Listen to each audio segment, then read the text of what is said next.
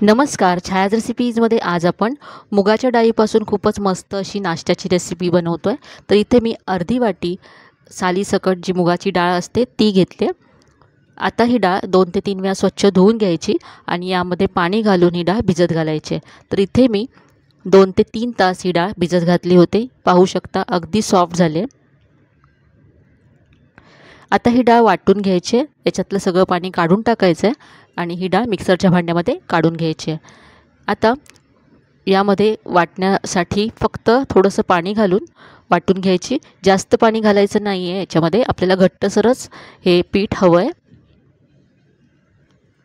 तर पहा अगदी बारीक असं हे वाटून घेतलं आहे मी. यानंतर यामध्ये बारीक चिरलेली हिरवी मिरची घालायची आहे. किसलेलं आलं घालायचं आहे. यानंतर इथे बारीक चिरलेला कांदा यामध्ये घातला आहे मी. यानंतर 1 चमचा कसुरी मेथी घालायची आहे. भरपूर बारीक चिरलेली कोथिंबीर घातली आहे.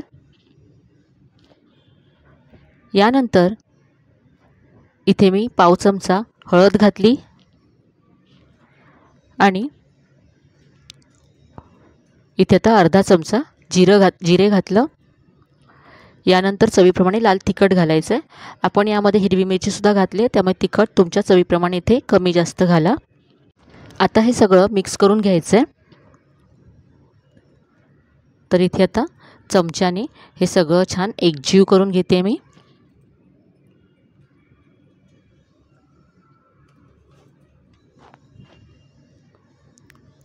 तर यामध्ये आपण खूपच कमी मसाले वापरले. तुम्हाला हवं तर तुम्ही धने जिरे पूडसुद्धा यामध्ये घालू शकता. तर हे असं व्यवस्थित एकजीव करून घेतलं. इथे आता मी 1 वाटी गव्हाचं पीठ घेतलं आहे. सगळं यामध्ये घातलं. आता मिक्स करून घेऊया. यामध्ये मी मीठ घातलं नव्हतं, तर इथे चवीप्रमाणे मीठ घातलं. आता हे सगळं छान एकजीव करून घ्यायचं आहे. डाळीची जी पेस्ट होती त्यामध्येच हे पीठ आपल्याला मळून घ्यायचं आहे.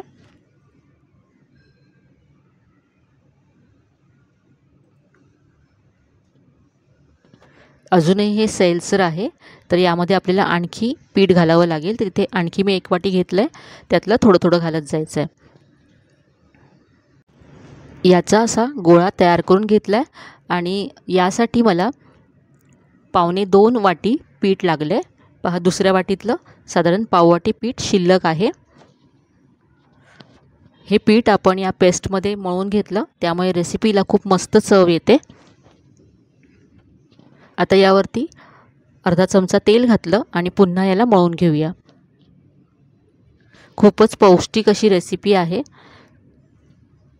मुगाच्या डाळीच्या पेस्टमध्येच आपण हे पीठ मळून घेतलं, त्यामुळे अगदी हेल्दी अशी रेसिपी आहे ही मुलांसाठी सुद्धा. आता इथे मी तयार पिठातला एक गोळा घेतला आहे आणि हा सुक्या पिठामध्ये घोळवून घेतला. आता याचा आपण पराठा लाटून घेऊ.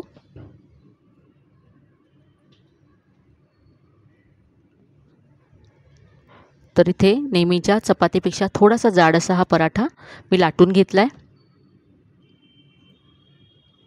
आता हा असाच तुम्ही भाजू शकता. याला राऊंड शेप देण्यासाठी मी असा कट करून घेते. एखाद्या प्लेटने किंवा झाकणाने असा कट करून घ्या. दिसायला पराठा छान दिसेल. एक्स्ट्राचं पीठ काढून टाकायचं आहे. पाहू शकता मस्त अगदी पराठा आपला लाटून तयार आहे. आता आपण हा भाजून घेऊया. तर इथे मी तवा गरम करून घेतला. यामध्ये तेल तूप न घालता पराठा घालायचा आहे आणि आधी असाच हा भाजून घ्यायचा आहे. एका बाजूने भाजल्यानंतर उलटून घ्यायचं आहे आणि दुसऱ्या बाजूने सुद्धा भाजून घेऊ. दोन्ही बाजूनी भाजल्यानंतर यावरती तेल सोडायचं आहे. तेल, तूप किंवा बटर तुमच्या आवडीप्रमाणे तुम्ही घालू शकता.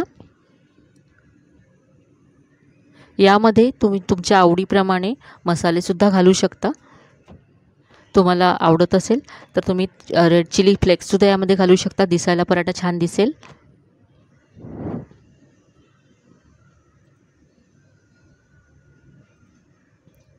तर तेल लावून मी पराठा खरपूस करून घेते। मुलांच्या नाश्त्यासाठी किंवा टिफिनसाठी अगदी हेल्दी अशी रेसिपी आहे।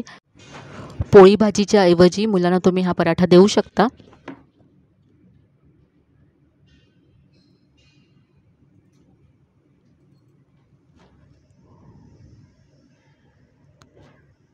तर हा खरपूस असा पराठा भाजून तयार आहे।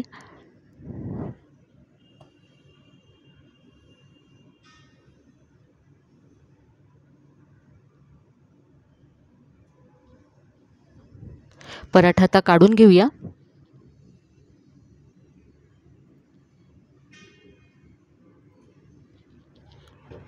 इथे मी आता टोमॅटो केचप बरोबर पराठा सर्व करते।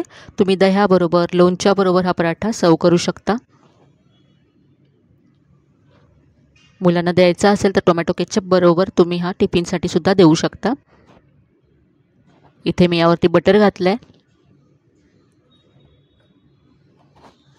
तर हा आपला मुगाच्या डाळीचा हेल्दी आणि झटपट होणारा असा पराठा तयार आहे। अगदी पौष्टिक आणि चवदार अशी रेसिपी आहे। आजची रेसिपी तुम्हाला नक्कीच आवडली असेल। रेसिपी जर आवडली असेल तर व्हिडिओला लाईक करा, शेअर करा।